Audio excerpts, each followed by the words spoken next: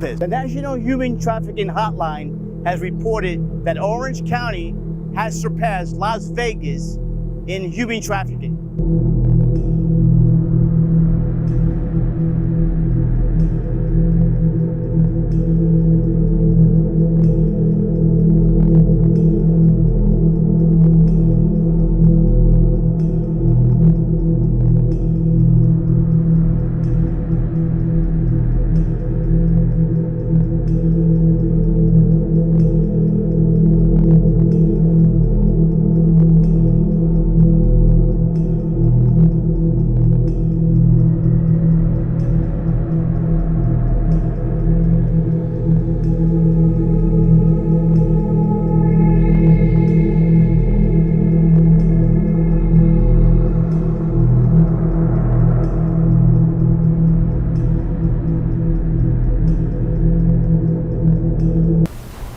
All right, so I met you at an event, and I was extremely impressed and intrigued about your story.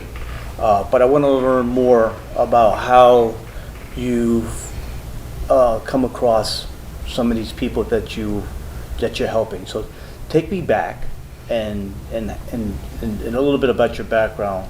You know, how did you come across some of these people who are being human trafficked? I used to me and my daughter went homeless, and I went to live in the hotel. And while we was living in the hotel, I kept seeing young girls at 3 o'clock in the morning, 2 o'clock in the morning outside, and being in the streets on OBT. And I got curious, so I got to them. And I said, "Are you okay? Do you need anything?" And at first, they didn't want to get near me. So I went up in my room, the hotel, and I spoke to my daughter. I told my daughter, "Well, you gotta come with me, because they might talk to you." So they started getting communication with her, and when she told them that they were ready to get out. They wanted out because their moms were selling them.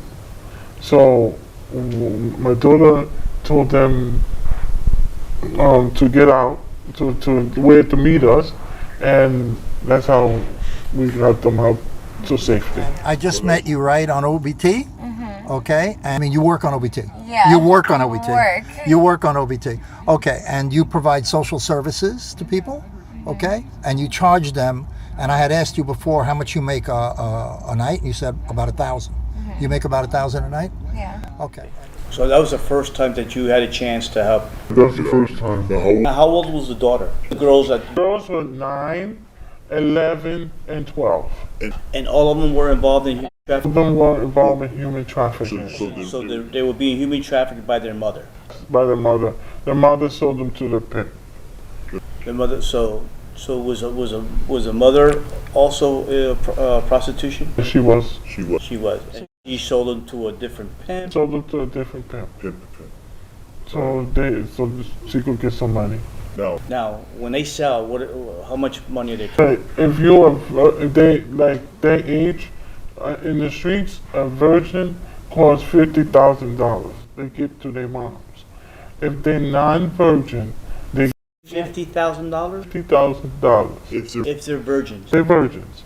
If they're not virgins, it's $15,000. $15,000. And if they are handicapped, they'll cut off an arm or a leg and use them as a toy, as a sex toy.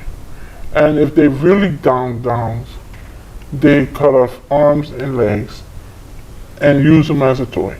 Versus a toy. What's going on in Orlando? In Orlando? What area? OBT. OBT. And you have your own place to go for those things, right? Okay. And you mentioned to me, where do you come from? Vegas. You come from Vegas. Okay. And how long? And you live in Vegas. You're just transient here. You're passing by, right? So what do you do today? Today, what I do is I go out in the streets and look for them, look for the girls, and I feed them, I give them clothes, and I sit down with them and talk to them. And if I see that they need help, I give them the kind of help they want. Sometimes they want to get out of the drugs, they want to get out of that life, but it's nowhere to send them, nowhere to put them, because we don't have a place. So when they want to get out of that life, do they come to you? No, they call me. They call They you. call me. All of them have it. They trust me. All of them have my number, and they call me. Why do they trust you? Why? Because I walk with them and I sit with them and I show them love. I show them the love and a hug. Like especially this time of with the coronavirus, I even still go out there and give them a hug, sit down with them.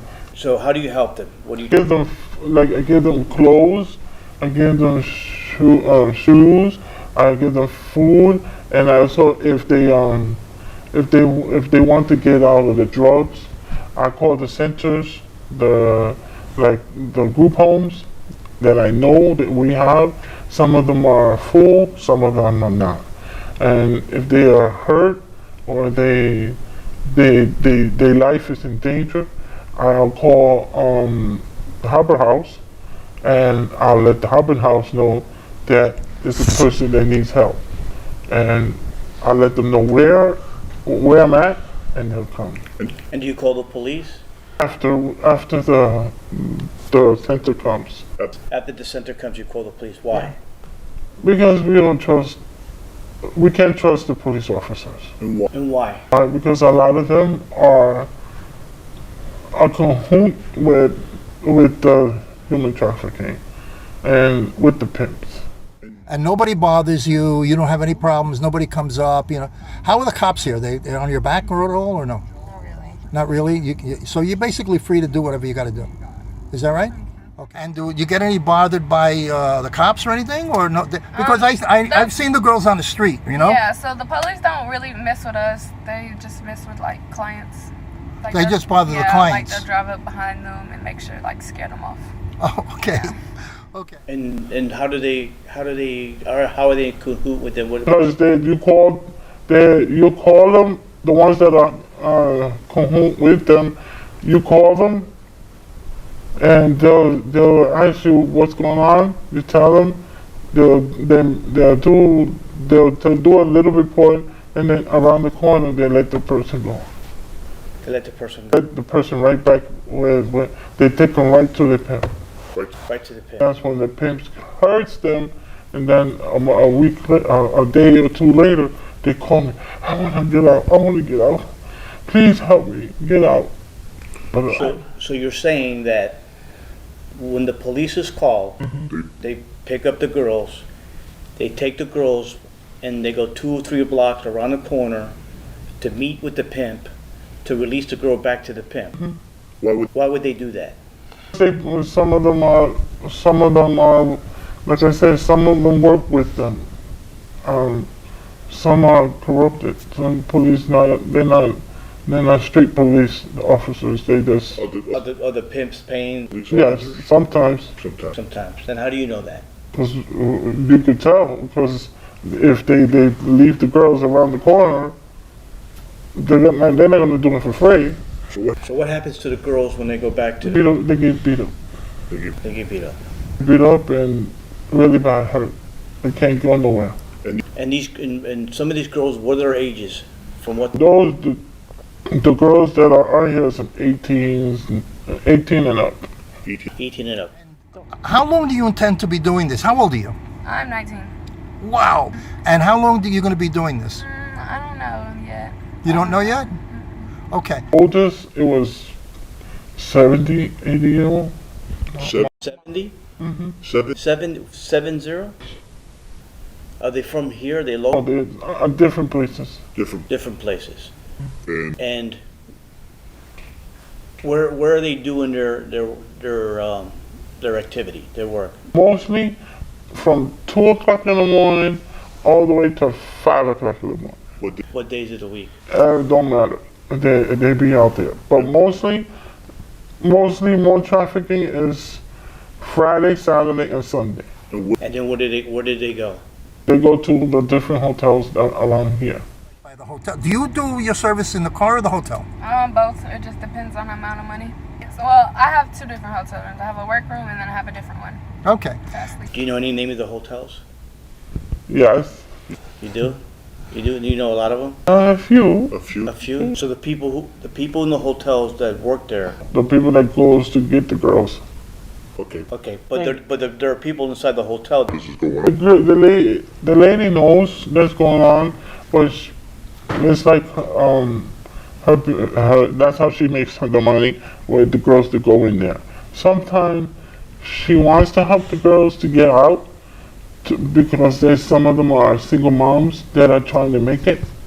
But like I say, sometimes the owner helps the girls get food on their table and food for the kids. When you do work, do you get hassled by the hotel? Do they know that you're working in the hotel? Or? The hotel knows. All they say is like don't like catch dates like in the breezeway. In the breezeway, but they know you're here. Okay. So how many hotels do you think that's this being done with? 5. 5 hotels.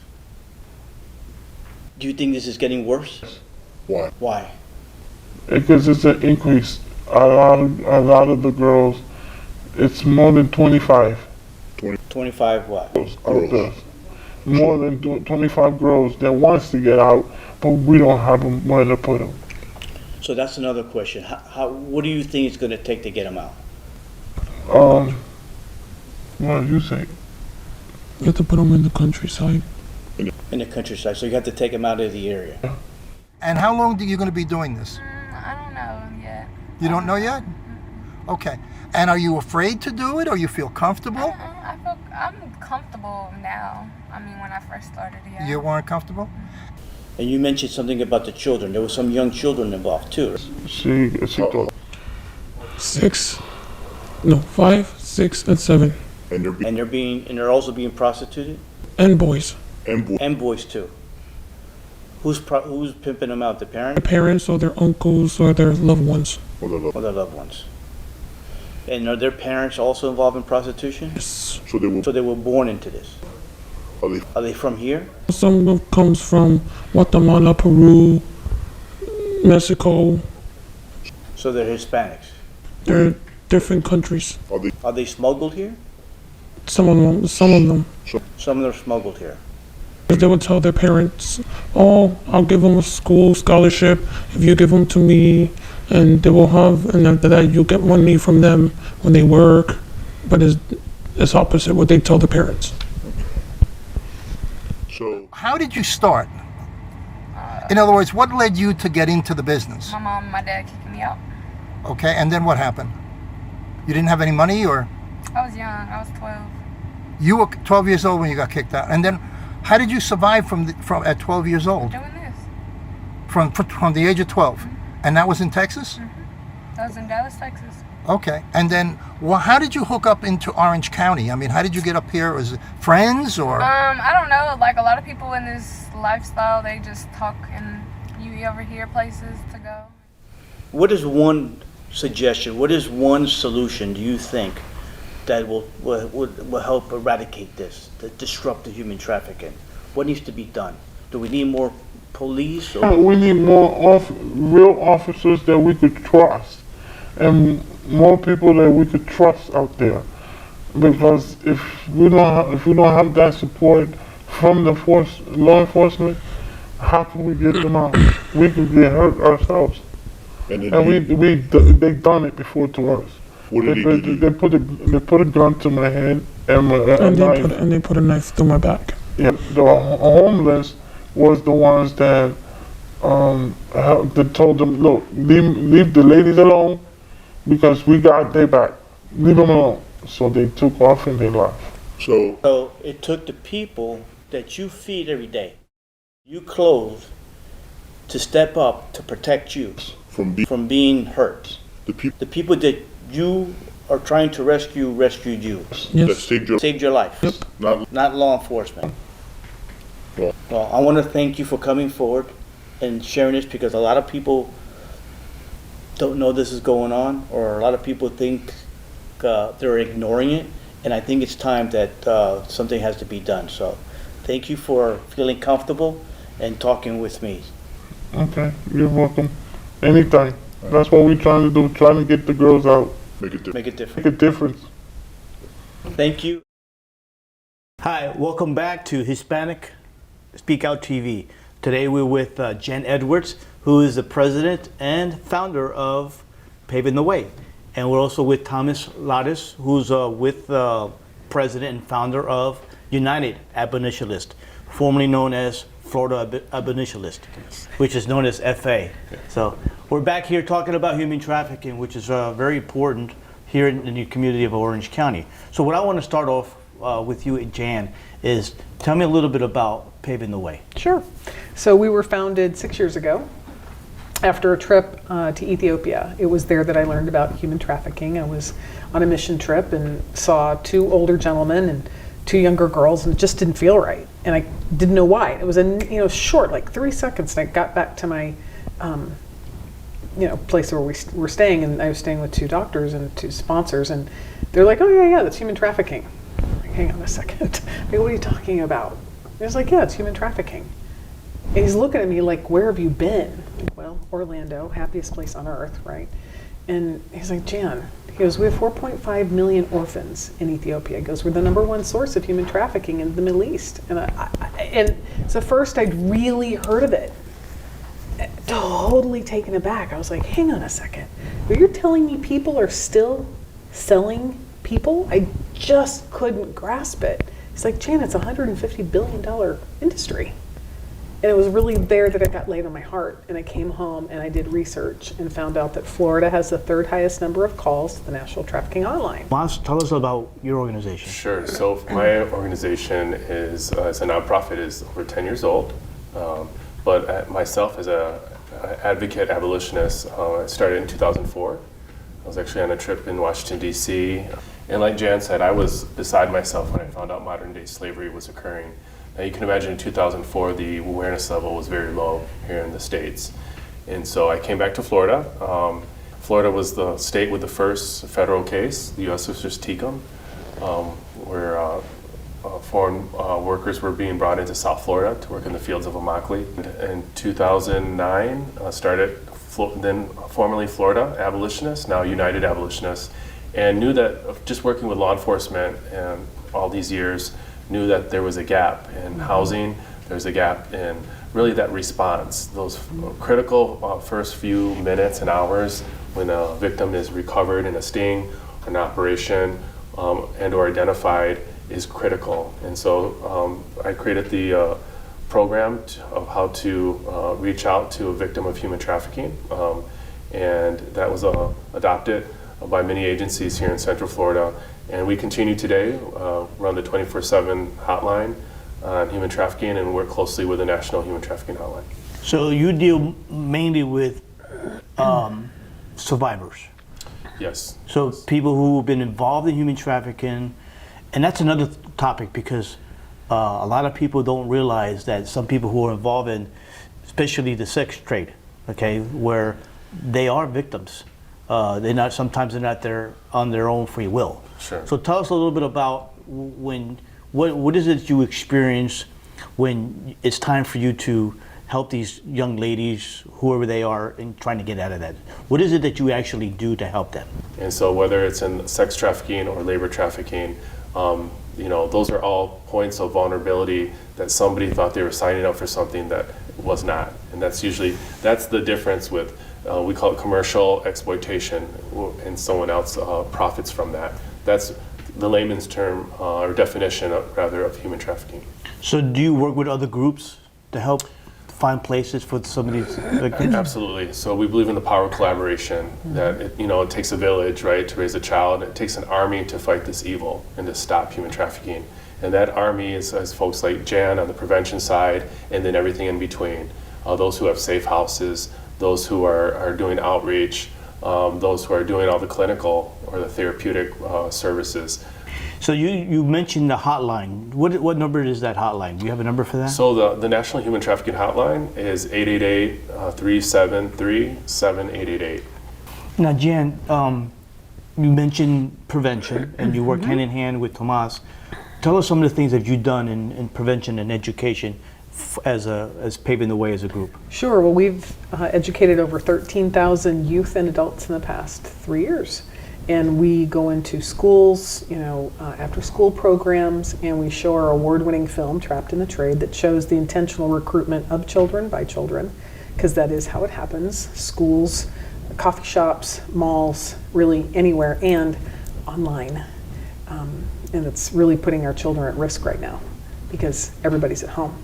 So we go in and we really talk to them straightforward about what human trafficking is, what it looks like, and more importantly, what signs to look for to empower them. We're committed that people are empowered to know what human trafficking is and what actions to take to prevent it.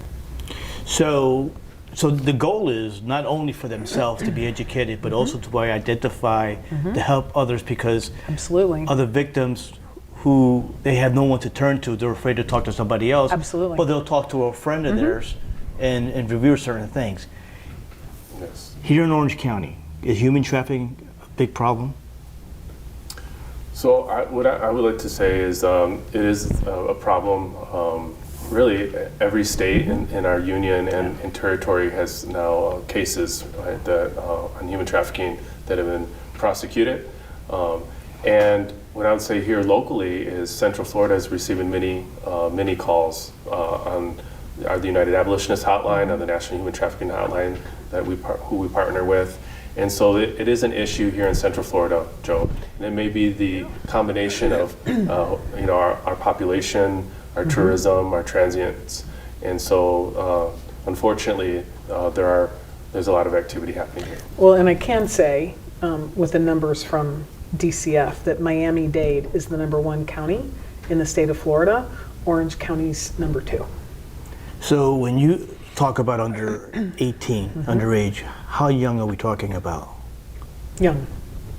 Young, Young. very young. Yeah, my Department of Children and Families have reported 3-year-olds being trafficked. 3-year-old. Yeah, we have a friend that's a survivor that was trafficked at the age of 4. I have another survivor that we've worked with, and she was trafficked at the age of 6 months. Wow, and how old are they now? 40s, 50s. 40s to 50s. So earlier I spoke with a person that we, for her protection, her name is Rachel, and she works a lot with some of the girls on the streets and so forth. We know that you have talked to her, worked with her and so forth, and has brought some information about her.